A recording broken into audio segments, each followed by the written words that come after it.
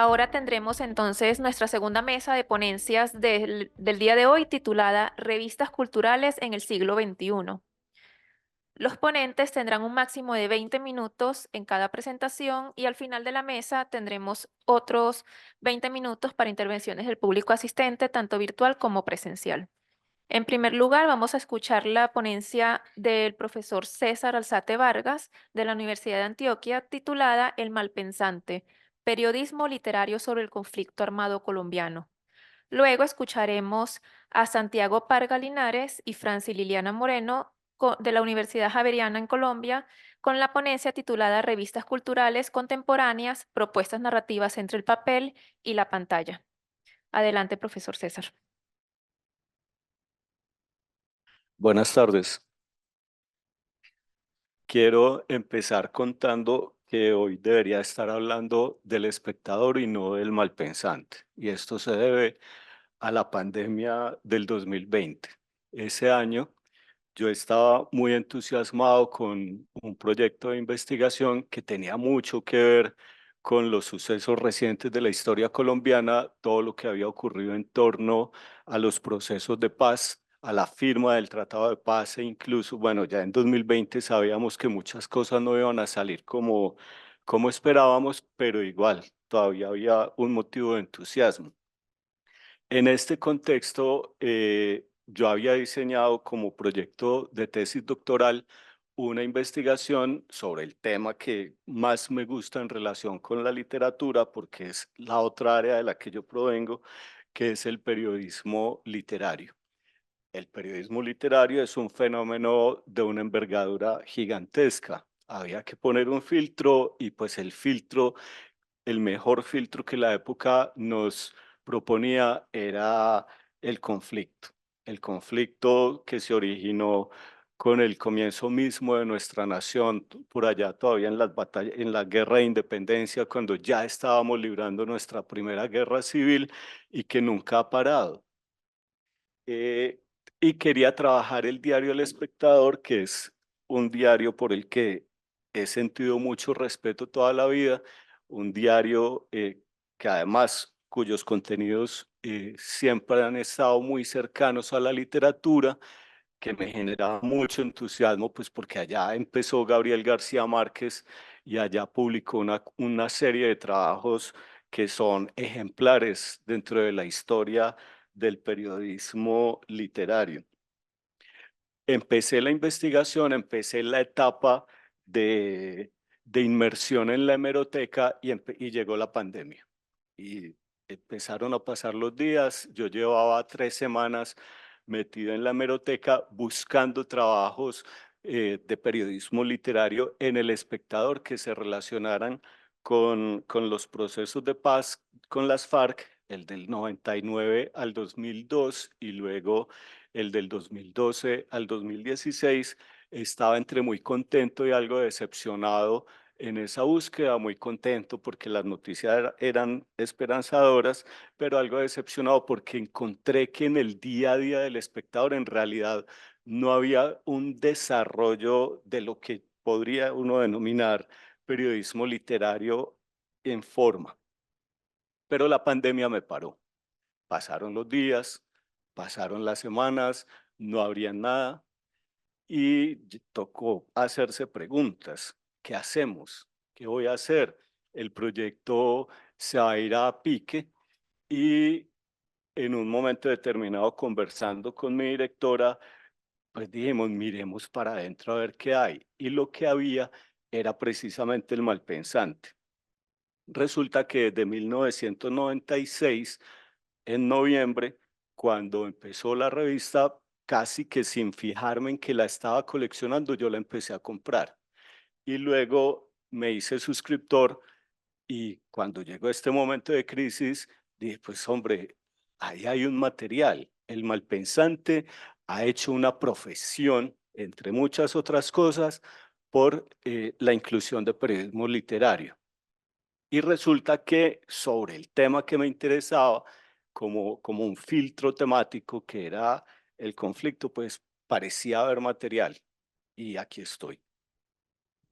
En la nota editorial La experiencia del malpensante, a propósito de la edición 50 que se publicó o que tenía como periodicidad noviembre 1 a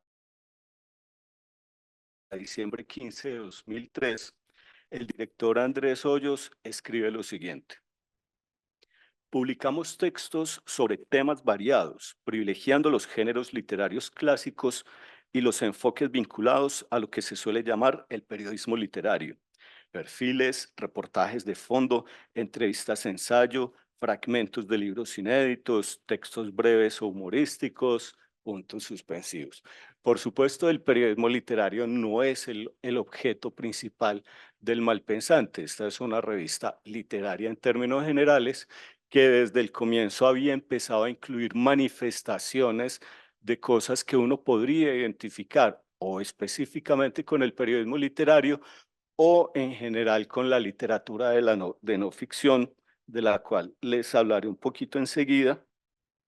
Pero cuando llegaron a la edición 50, que fue como un momento de respiro en el que dijeron, ¿ahora qué? Entonces, en ese ahora qué, tomaron la decisión de que le iban a meter mucha fuerza al periodismo literario. La pregunta es, ¿qué es periodismo literario? Y esta es una pregunta más compleja de lo que parece, ¿cierto? Yo he llegado después de leer mucha teoría desde las dos orillas, tanto desde la teoría literaria como desde los estudios de periodismo, que son los más amplios en el análisis de la relación entre periodismo y literatura. He llegado a lo siguiente, y es que primero, según algunos teóricos, literatura es todo conjunto de palabras organizadas en un texto. Desde el texto más elemental que pueda ser la más procaz de las personas del género humano hasta Shakespeare, ¿cierto? Pero, por supuesto, pues esto nos pondría ante un fenómeno inabarcable y vienen los teóricos y nos dicen, no, venga, sí, todo conjunto de palabras organizado, todo empalabramiento puede considerarse literatura, pero necesitamos otras condiciones, ¿cierto? Vienen los estructuralistas, proponen las funciones, sobre todo la función estética, y dicen, sí, todo conjunto de palabras, pero con unas intenciones que implican que ese conjunto de palabras tenga un nivel de elaboración alto. Y siguen los teóricos de la literatura y algunos dicen, bueno, ¿qué más aparte de que sea un conjunto de palabras estéticamente organizados, en fin? Entonces proponen cosas que van incluso hasta una palabra muy complicada que es ficción, ¿cierto? Y esto da la sensación de que uno de los elementos que ciertos teóricos le exigen a cualquier relato para ser considerado literatura es ficción entendida como lo que no es verdad o lo que no es real, ¿cierto? Buscando, porque esto me producía algo de angustia, me encontré con un par de teóricos muy conocidos, pero cuyo nombre no recuerdo en este momento, en un libro de 1946, quizá ustedes me puedan ayudar, eh, que dicen, bueno, ficción puede entenderse, sí, como lo que no es real, pero sobre todo como el conjunto de palabras que quieren decir algo bellamente, ¿cierto? O sea, la ficción casi como una extensión de la función estética. Y mencionan entre, entre los oficios que se acercan a esto, a la literatura tradicional constituida por novelas, cuentos y todos los géneros de ahí para atrás, mencionan al reportaje periodístico. Otros teóricos como Toro mencionan a la crónica. O sea, no le cierran las puertas al periodismo como un oficio que pueda considerarse literario. Vienen entonces los pensadores del oficio desde el periodismo y dicen, no, es que nosotros solamente tenemos un cortapisa a la hora de utilizar la palabra escrita, ese cortapisa, es precisamente que no cruzamos el límite de la ficción. Si entendemos la ficción como lo no real, ¿cierto? Bien sabido es que el mandato fundamental del periodismo es la búsqueda y la divulgación de la verdad. Este es otro problema bastante complicado porque las definiciones de verdad son de una amplitud enorme y se han prestado para que haya unos conflictos bastante grandes. Vamos a quedar por ahora, bueno, por ahora aquí, porque esta pelea sigue con mis estudiantes después, no con ustedes. Vamos a quedar por ahora en que el, el periodismo en ciertos géneros utiliza la palabra escrita de una manera estética sin cruzar nunca el límite que lo lleva hacia la mentira o hacia la ficción. Por eso, la mayoría de los teóricos habla de la literatura de no ficción para referirse, cuando quieren ser generosos con el periodismo y con otras disciplinas similares, para referirse pues a esa posibilidad de que esto sea considerado ficción. Hay algunos que dicen, no, es chocante lo de no ficción y entonces más bien llamémosle literatura de hechos a manifestaciones como las propias del periodismo o como las memorias, la correspondencia, por ejemplo, y un amplio abanico de cosas, de manifestaciones escritas que no dan lugar a la mentira, diciéndolo muy optimistamente. Bueno, años después, cuando en la edición 49B, aquí hay una cosita curiosa, el Malpensantes ha sido muy juicioso en toda su historia en sus ediciones. A veces se atrasa, en este momento está bastante atrasadito porque hay una crisis económica que lo amenaza seriamente, pero ha sido muy juicioso en su circulación. Inicialmente circulaba cada 2 meses. A los 3, 4 años de su fundación y dado que tuvo muchísimo éxito, empezó a circular con una periodicidad que ninguna otra publicación ha tenido, que es cada 45 días. Y después, cuando se consolidó otro poquito, como desde el 2003 más o menos, se volvió mensual y así sigue. Han sido reacios a las ediciones dobles, ¿cierto? O sea, cada edición, cada mes una edición, salvo este año, que también interpreto yo como consecuencia de la crisis, les tocó hacer una edición doble. Y con esta edición que menciono, la 94B, ocurrió esto que nunca entendí. Hubo una edición 94 que salió a tiempo y hubo después una edición 94B. Yo las miro ambas y pues la 94B debería ser la 95, pero no sé. Que en las notas editoriales tampoco explican qué pasó.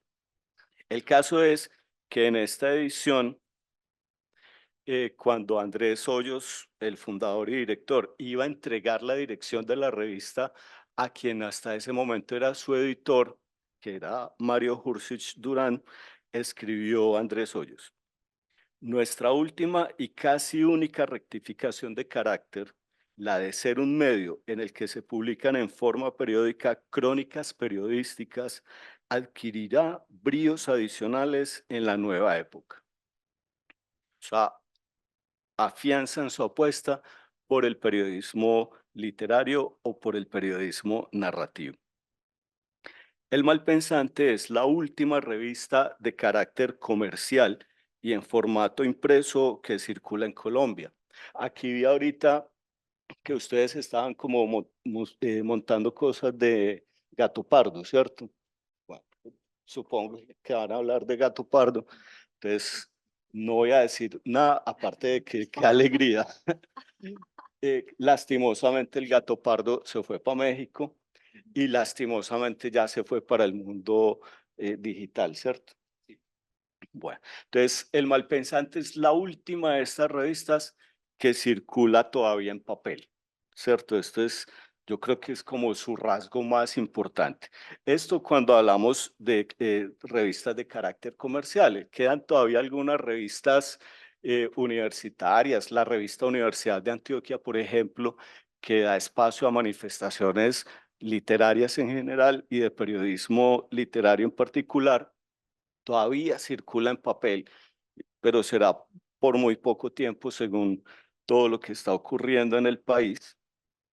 Y en Medellín existe otro proyecto que también es toda una vitrina pues importante para el periodismo literario y que sigue haciéndose en papel, que es el periódico Universo Centro.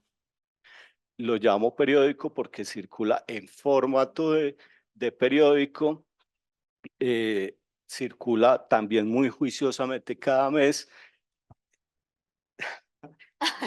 Apenas estoy empezando. Bueno, y circula gratuitamente. Bueno, continúo con el Malpensante. Fue fundada, como les decía, en el 96, en coincidencia con el inicio de la era digital. Una cosa curiosa, ¿cierto? En el 96, los primeros periódicos de Colombia, los más grandes, El Tiempo, El Colombiano, El Espectador, El País de Cali, empezaron a hacer sus ediciones digitales y nació una revista en papel, que luego, por supuesto, ha tenido, y ahora sí les muestro esto, Daniel, eh, ha tenido su manifestación en el mundo digital. Tengo para decir que no han sido muy exitosos. La revista tiene un sitio web que cumple básicamente dos funciones. Por un lado, ser un repositorio de la revista no completo. Tuvieron en algún momento un problema complicado y las primeras 100 ediciones se les enredaron mucho y no están completas. Y de la edición 101 para acá hay cosas que sí, hay cosas que no. Las últimas están bastante completas, pero por ejemplo, una de las debilidades del formato digital es que no tienen un proyecto, por ejemplo, de diseño gráfico bello como el que tienen en el mundo impreso. ¿Por qué llamo la atención sobre esto? Porque el Malpensante, en la actual crisis a la que se ve abocada como última publicación comercial, pues sabemos todos que si resiste unos años más, tiene que llegar acá, tiene que llegar al mundo de lo digital y no se están preparando bien. Fenómeno que se repite prácticamente con todas las revistas literarias que empezaron como proyecto en papel. Ustedes ahora nos mencionarán Gato Pardo, que yo tampoco soy muy optimista con lo que le está pasando a Gato Pardo, pero bueno. Eh, entonces, no hay una preparación muy feliz para la llegada al mundo digital, que es el punto que sigue en el rumbo de la revista. Y el otro papel que desempeña la página web es el de ser como un dinamizador del grupo editorial que ha querido ser la revista. Bueno, eh, ¿me mostrás por favor la tablita de Excel? Es que calculé mal el tiempo y no les hablé con suficiente detenimiento de la investigación en sí. El Malpensante, como les digo, no es una revista específicamente de periodismo literario, es una revista literaria, da un espacio amplio a las manifestaciones propias del periodismo literario. Aquí tengo la base de datos del corpus de mi investigación. Lo que ustedes ven señalado allá en amarillo son los artículos que quedaron fijados en el corpus. Ahí hay básicamente artículos de 4 géneros que son los reyes del periodismo narrativo literario. La crónica, que es el gran género, ¿cierto? El gran género latinoamericano, además. Cuando se habla del periodismo literario en el mundo, se habla casi que en América Latina exclusivamente es la crónica. Difiere un poquito de eso, pero bueno, cuando uno mira esta base de datos se da cuenta de que la mayoría de los trabajos son de hecho crónicas. Está el reportaje, que es un género bastante hibridado con la crónica, un género a veces muy difícil de diferenciar de la crónica. Yo creo que la única diferencia más o menos real es que el reportaje pretende hacer un relato exhaustivo del fenómeno que está narrando, ¿cierto? La crónica a veces no es exhaustiva. Ustedes saben que se puede hacer una crónica sobre cualquier experiencia que hayamos vivido a partir solamente de la experiencia. El reportaje, en cambio, exige una investigación a fondo en todos los casos. Hay entrevistas, sobre todo en los dos formatos principales de la entrevista, que son el de pregunta y respuesta y el romanceado, que es aquel formato en el que la entrevista se cuenta como si fuera una crónica y se van intercalando en el relato las declaraciones del personaje.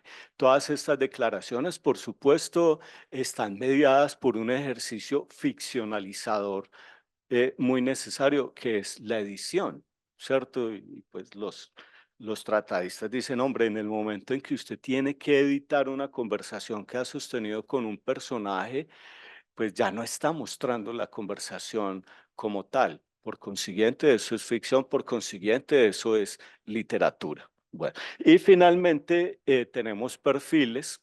El perfil es un retrato que se hace, sea de un personaje casi siempre, de un lugar, un personaje real o ficticio, en fin, eh, y se hace con base principalmente en testimonios, pero en un formato muy similar al de la crónica, por ejemplo. Ahí en el corpus se fijaron 32 artículos, eh, el más antiguo de ellos del 2003 y el más reciente del 2021. Insisto, artículos referidos al conflicto armado colombiano en todas sus dimensiones. Y ahora sí voy a cortar. En todas sus dimensiones me refiero a entendemos por conflicto no solamente el enfrentamiento entre actores armados como tal constituidos, sino a cosas como, por ejemplo, el narcotráfico, que ha sido un instigador tremendo de nuestro conflicto y que hunde sus raíces hasta los años 30, ¿cierto? Cosas como nuestra desorganización social, los problemas de nuestro sistema de salud que ahondan la situación de exclusión de muchas personas y por consiguiente ahondan el conflicto. En fin, todo eso está ahí. Perdonen que no les termine todo, pero el tiempo es breve. Muchas gracias, profesor César. Le invitamos a permanecer en la mesa para escuchar entonces la ponencia Revistas Culturales Contemporáneas, Propuestas Narrativas entre el Papel y la Pantalla por Santiago Parga Linares y Francis Liliana Moreno de la Universidad Javeriana. Buenas tardes. Eh, bueno, gracias al profesor porque introdujo muchos de los temas de los que nosotros vamos a hablar. Esta es una investigación muy amplia porque son 3 revistas y pretendemos hacer un estudio comparado. Entonces, pues vamos a intentar ser breves y mostrar como unos breves ejemplos de lo que hemos encontrado hasta ahora.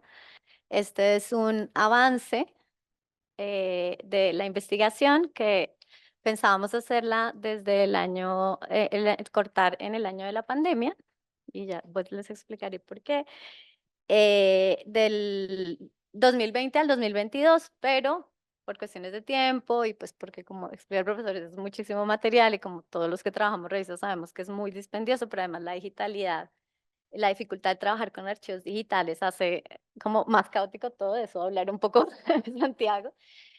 Felizmente nos encontramos 3 investigadores que tenemos como perspectivas distintas y eso nos ha permitido hacer una lectura desde distintas partes de las revistas. Santiago trabajaba autoficción, ¿sí? Y testimonios y eso pues nos permite como un punto de partida. Yo pues he trabajado revistas culturales y ensayo y Libertad Garzón, que es la otra investigadora que está en el proyecto, trabajó mucho ensayo. ¿Sí? Y yo he trabajado también como procesos no ficcionales alrededor de las revistas. Entonces, pues ese diálogo ha sido muy fructífero y nos ha permitido avanzar en muchas cosas que de otra forma, pues yo sola, por ejemplo, no hubiera podido hacer. Definitivamente me he dado cuenta que...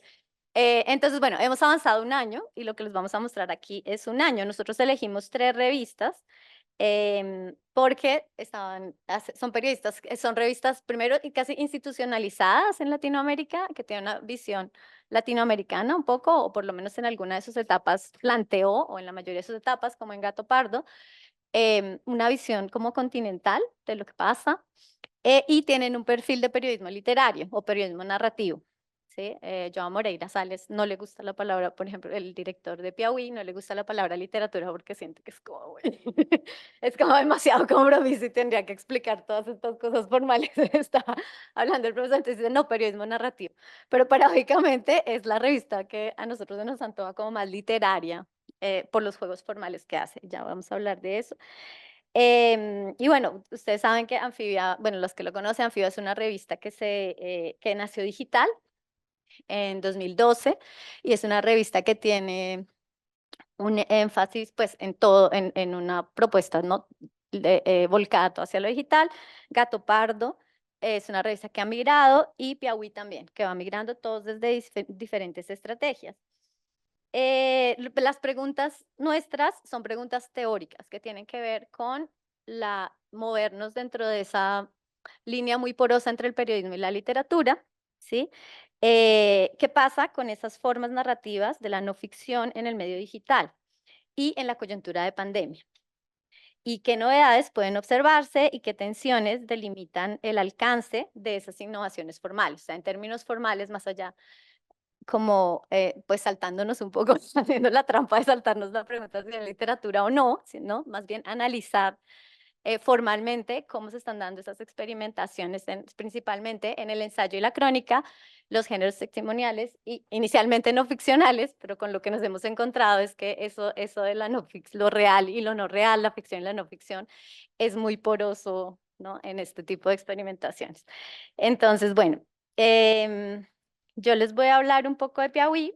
Bueno, el periodo de la pandemia nos parece muy importante para pensar en estas formas de la crónica del ensayo o el fotoensayo o esos géneros híbridos que surgen en estos medios, porque en la pandemia hay una necesidad de expresión, ¿no? De expresión del yo, además de decir, bueno, ¿qué está pasando, no? Y de decirlo, de hablarlo, y que hay muchas preguntas sobre la función de la misma literatura o la función de los escritores, ¿no? Y qué va a pasar. Entonces me pareció muy interesante explorarlo justamente en esa coyuntura por eso. Y nuestra hipótesis es que en ese momento de incertidumbre, miedo y aislamiento, las formas narrativas de la no ficción y las técnicas literarias asumen nuevamente un papel protagónico en la reconstrucción de la realidad. O sea, es necesario hablar de lo que está pasando, ¿sí? Y vamos a ver ahorita, se pregunta, por ejemplo, Leila Guerriero, en Piauí, ¿y qué sentido tiene hablar de algo ficcional en este momento donde estamos como viviendo el fin del mundo? Estamos viviendo como el apocalipsis. Es uno de los artículos del que les voy a hablar ahorita. Bueno, ahora bien, esas tentativas se sitúan en un nuevo medio, el digital, hacia el que transitan de manera decidida algunas revistas culturales para sobrevivir a la crisis causada por el COVID. Es el caso de las revistas que analizamos, que no solo sobreviven, sino que encuentran allí una forma exitosa de hacerse o de rehacerse. Sin embargo, en el medio digital, las formas del periodismo narrativo no pueden seguir siendo las mismas. Los públicos a los que se dirigen las revistas culturales digitales son más amplios, son otros. La red de colaboradores debe también diversificarse. Se requiere de manos o de voces que puedan hablar desde a otra suerte de ciudadanos, no necesariamente conocedores o afines a la tradición de la literatura o el periodismo narrativo en América Latina. Las formas de financiación deben replantearse, buscar nuevos suscriptores y anunciantes, y todo ello también pues influye en las temáticas, en la extensión de los textos, los lenguajes, las propuestas estéticas, los géneros clásicos, o bueno, clásicos, reportaje, la crónica, el ensayo, pues se van a ver volcados hacia nuevas experimentaciones, ¿no? Por los nuevos medios del blog, ¿no? Los lenguajes gráficos, la intermedialidad, la multimodalidad, Y no solamente eso, sino las prácticas polémicas de los fake news y la autoverdad y estas cosas que no solamente diluyen em, como lo que sería el periodismo, la literatura o lo que sería, ¿no? Pues que nos llevan ya a diluir la realidad y la ficción, ¿sí? Que dónde está la ficción y dónde está la realidad. Em, bueno, las sintaxis de las revistas también dan un giro hacia formatos digitales y con consecuencias, claro, tanto en las formas de recorrer los textos como en la construcción de los archivos. Y eso es muy importante para los que estudiamos revistas o los que estamos como construyendo, pensando en cómo se estudian, ¿no? En términos de la historia literaria. ¿Sí? Y nos genera también muchas preguntas sobre cómo vamos a construir esas historias de las materialidades de la literatura con unos medios digitales, ¿no? Donde todo es como tan efímero, ¿no? Entonces, hablar un poco más de eso. Bueno, entonces lo que vamos a hacer aquí es a presentar, yo les voy a hablar brevemente de Piauí y Santiago va a comentar un poco Gato Pardo, generalidades del proyecto y un ejemplo para que ustedes vean como un ejemplo de lo que nos hemos encontrado.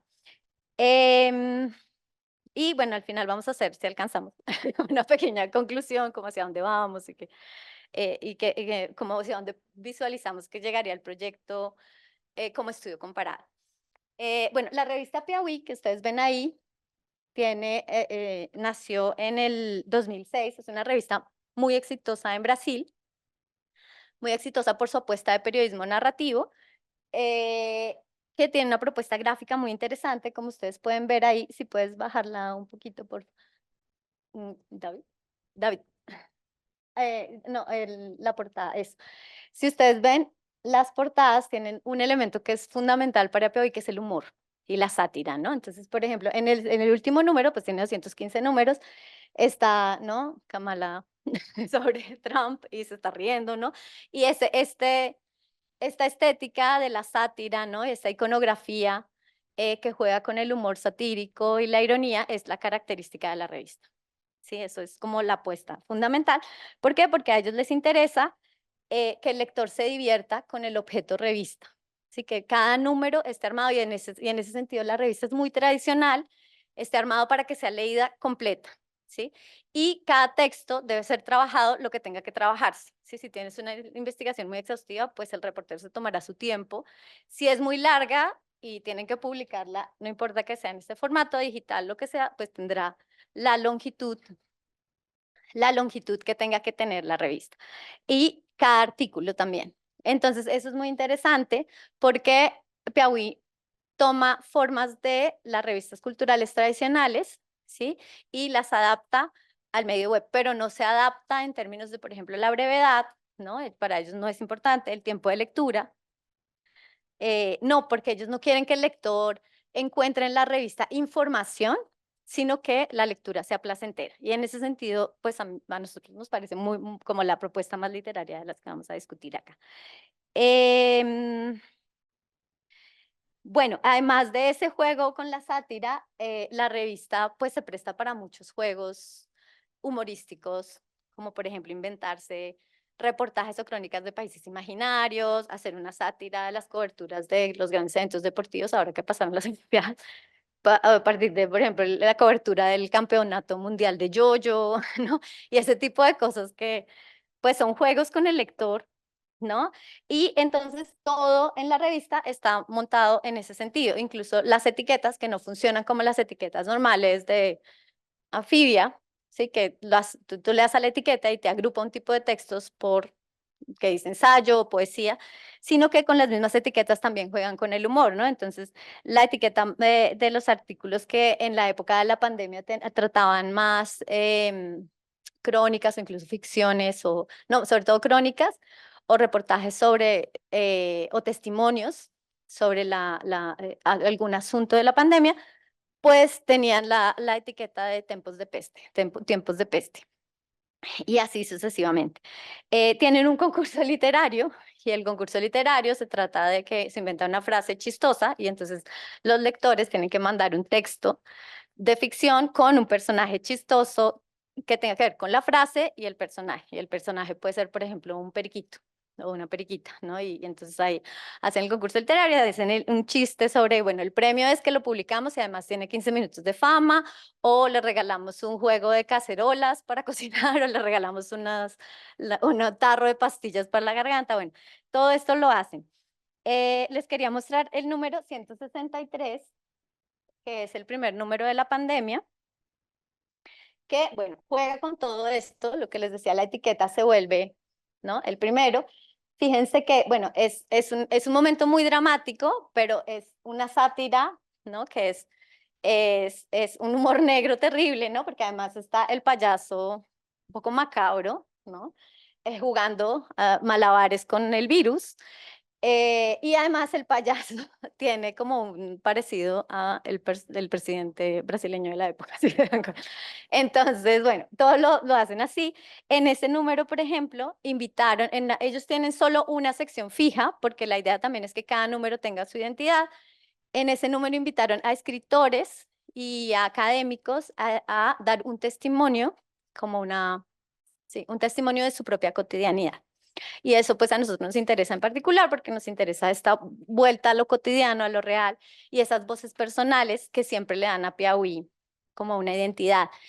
¿Cómo logran que el lector también se enganche? Pues Piauí siempre prioriza, no, dice Moreira Salles, no los grandes temas, ¿sí? Como los análisis de la pobreza en el mundo, sino que toman un personaje, y es muy importante la crónica, justamente, como una historia de una persona que habla, de alguna forma se ve afectado por ese gran problema del mundo, ¿sí? Entonces, bueno, eso hace que haya una voz siempre personal, que está como muy ligada, yo no sé cómo está el tiempo. Gracias.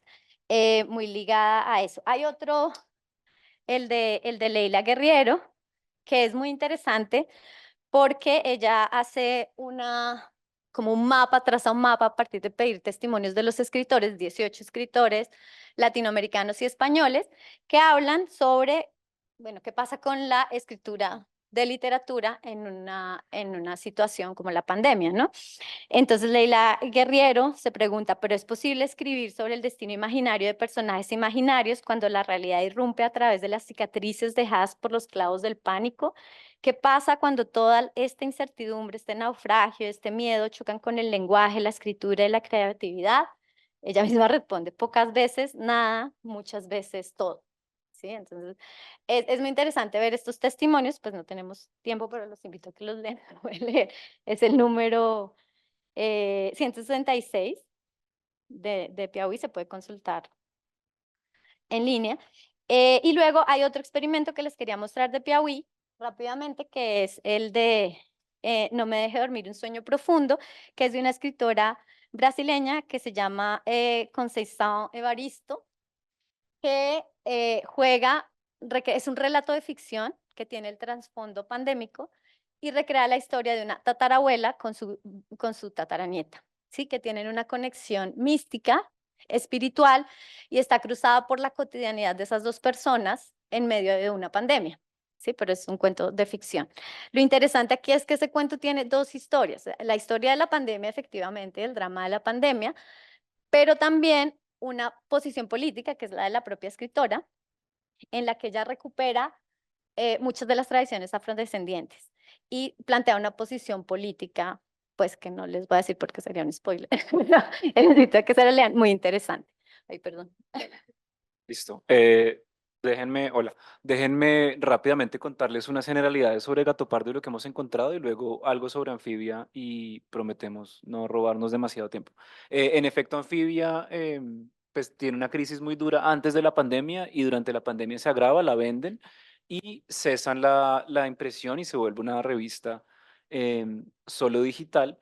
Y a partir de esta edición, la edición 212, perdón, Gato Pardo, 212, vemos un cambio en la portada y ese cambio en la portada revela un cambio en la propuesta editorial.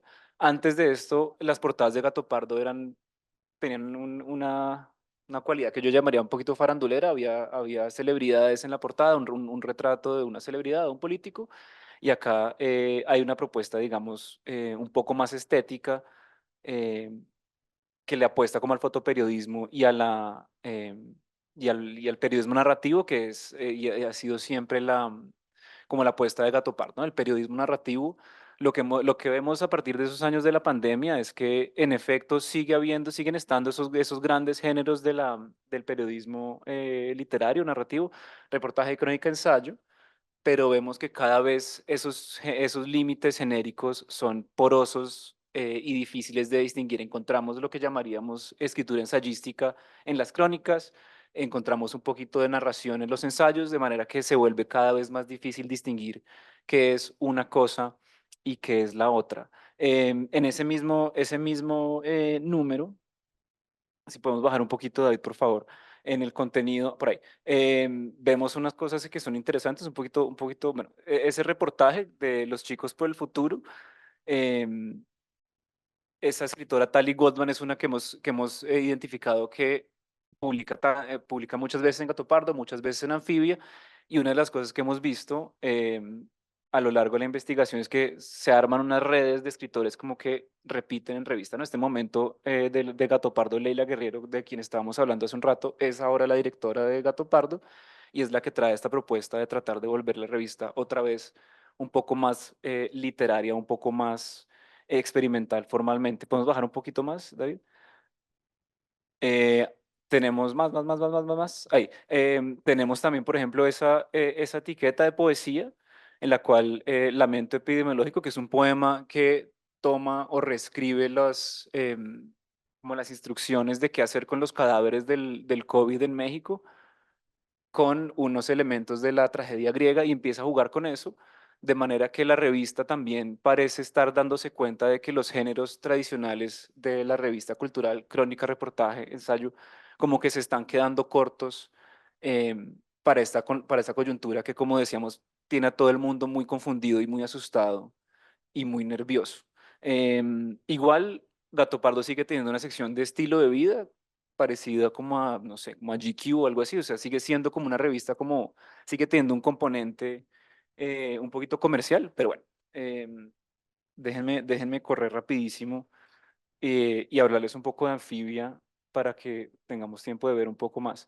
Anfibia es de las revistas que estamos estudiando, la única que nace digital, nace en el 2012 en un proyecto de la Universidad Nacional de San Martín en Argentina, y esa conexión con la universidad le da cierta estabilidad económica y cierta libertad entonces para jugar a cosas pues, que de pronto pueden no ser extremadamente rentables o fáciles, y esa conexión también con la universidad le da ¡ay Dios, se nos acaba el tiempo!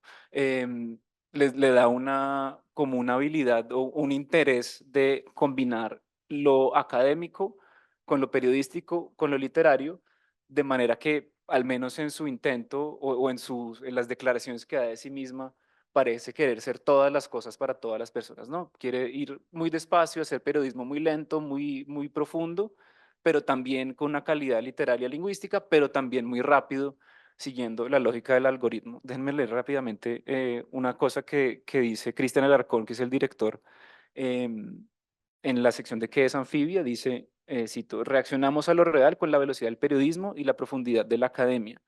Pensamos con la lógica del editor y la del algoritmo. Surfeamos entre la economía de la atención y la producción de sentido, que suena muy bonito, ¿no? Y suena muy bonito como ser todo para todo el mundo y hacer un poquito de todo. Y lo que hemos visto, si podemos bajar rápidamente como para mirar cómo funciona, una de las cosas que nos dimos cuenta es el formato de la revista es de blog, es decir, van publicando cosas y la cosa más nueva queda arriba y esa cosa empuja todo hacia abajo, que es excelente para la inmediatez que le interesa a la revista y le interesa al medio digital, pero es un poquito una pesadilla para nosotros que estamos investigando un momento específico del tiempo, porque la revista no parece para nada interesada en facilitar la investigación archivística. No hay manera en la página de decir, muéstrame los artículos del 2020, las etiquetas no funcionan o son inconsistentes. Y bueno, la mayoría de los artículos están clasificados en dos como grandes géneros, ensayo o crónica.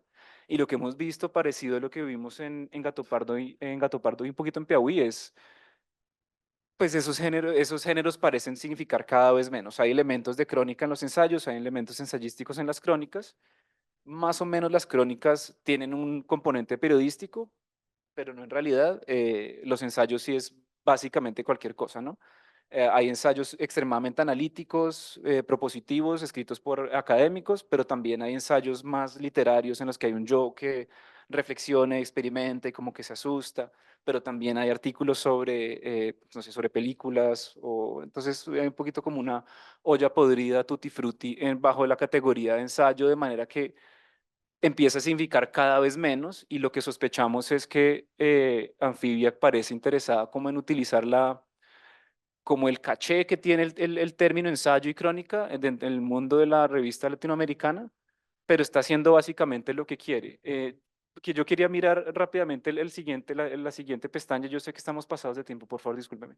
Este es una cosa que está clasificada como crónica, y es de una escritora que pues, se da cuenta que ha perdido el olfato y por lo tanto tiene COVID. Podemos ir bajando. Eh, a mí me parece que eso es más parecido a un ensayo que a una crónica. Es una cosa medio fragmentaria, una primera persona que va hablando como experiencias, medio en desorden. Por ahí abajo un poquito más hay un video como de un regalo que le manda un amigo artista, y están como jugando como con las posibilidades del medio y las posibilidades del género, pero las palabras ensayo o crónica significan en realidad muy poco. Em, entonces, pues, ese es más o menos como lo que hemos visto en Anfibia, esa porosidad de los géneros y la inmediatez, el interés en la inmediatez tan grande que dificulta el estudio, porque de nuevo ellos no están interesados en hacer como un archivo. Yo estaba haciendo una base de datos como la del profesor César y me pasaba lo mismo. Yo veía que el profesor César tenía crónica, paréntesis, reportaje, interrogación.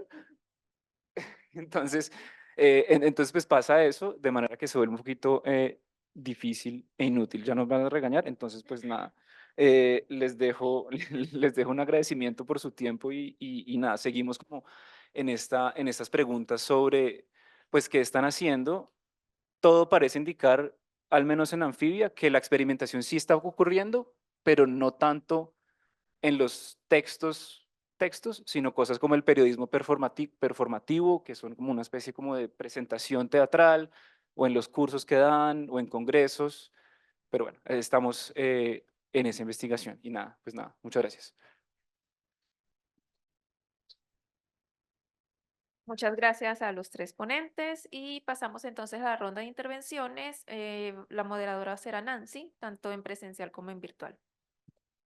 Bueno, muchas gracias a los ponentes por sus interesantes propuestas y bueno, pasamos a la ronda de preguntas. Si alguien de público o presencial tiene alguna, levante la mano, y si tenemos alguna entonces acá virtual, tú me avisas. Por el momento nada.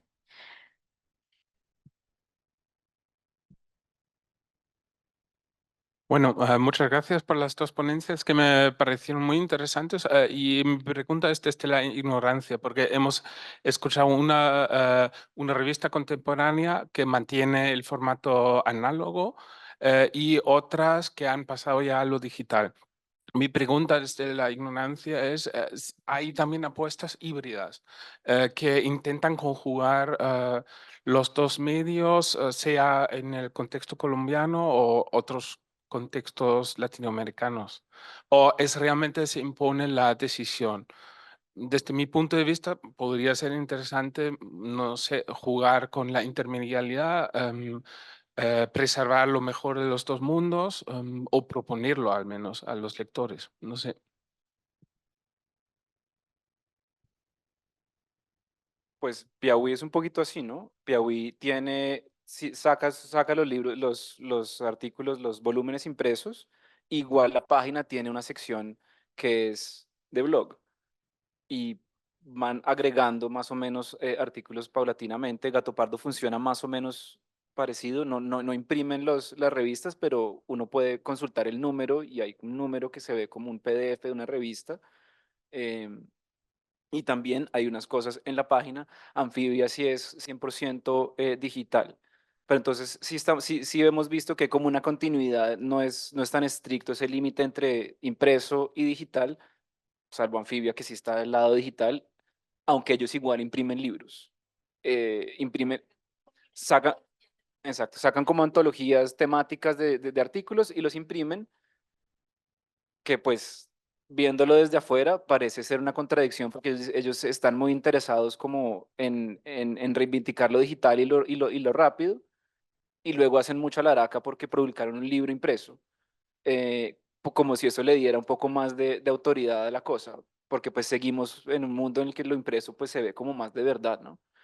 No sé si tú quieres agregar algo, Francio. Sí, yo iba a decir que también Piauí tiene una propuesta muy interesante porque es muy conservadora en ciertas cosas, ¿sí? Como en los formatos digitales es muy conservador, por ejemplo, en la extensión de los artículos, en no pensar en el tiempo de lectura, que en Gato Pardo uno entra y entonces dice tiempo de lectura tal, ¿no? Como para conquistar a un lector rápido, al lector del bus.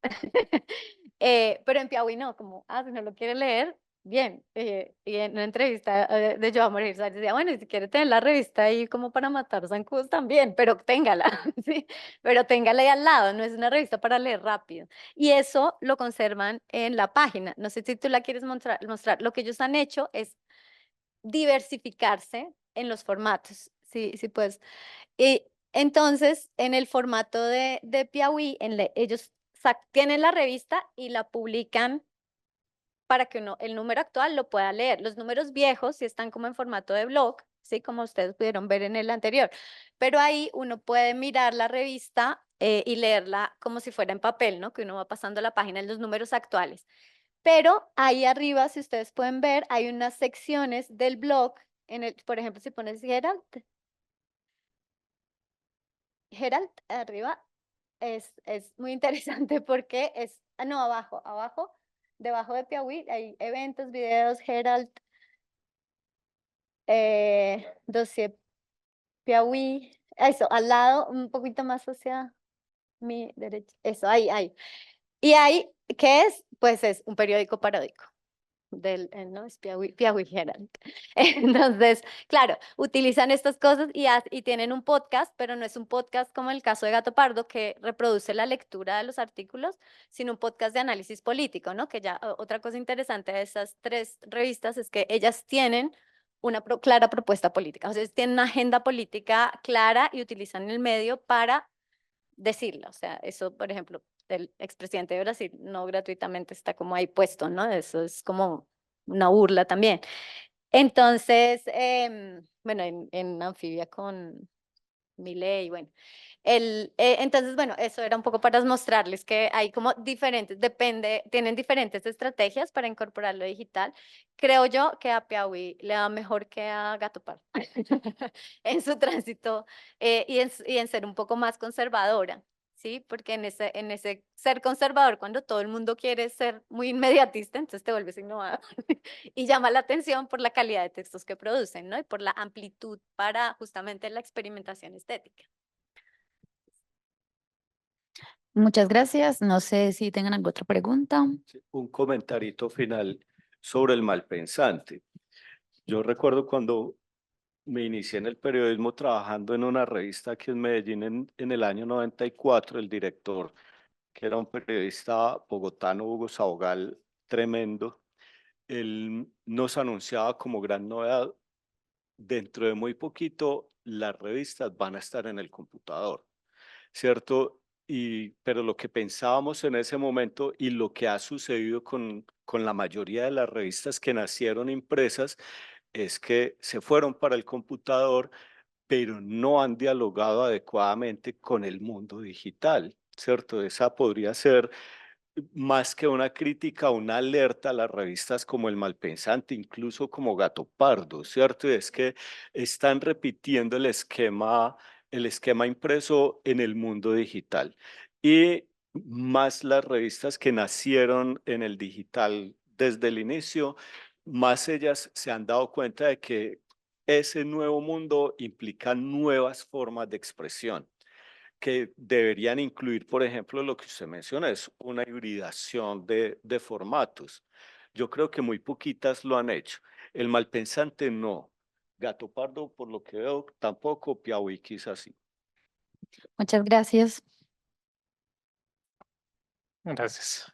Yo tengo una pregunta metodológica quizás para los tres, pero especialmente pues para Santiago y Franci, pues porque trabajan con revista que es estrictamente digital, pero quizás César también se encuentre con eso, si es que trabaja con el digital de el Malpensante, y es cómo hacen para recuperar los textos, si lo hacen pues como manualmente copiando y pegando, o si simplemente guardan el link, porque uno de los grandes riesgos que tiene eso es pues como que a los 8 días ya ese link puede estar obsoleto. Entonces, ¿cómo metodológicamente están enfrentando eso o se han enfrentado o se enfrentarán a eso si les llegara a pasar?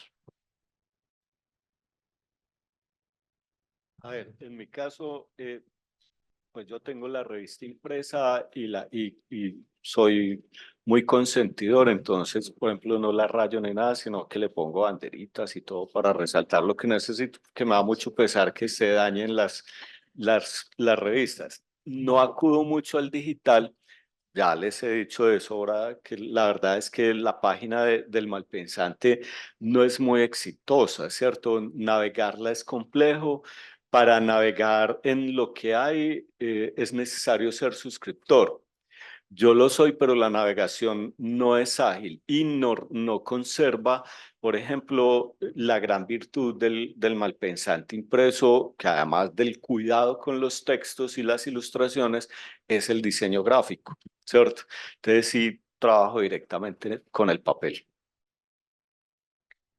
Uy, eso ha sido una cosa, es nuestro mayor problema, ¿sí?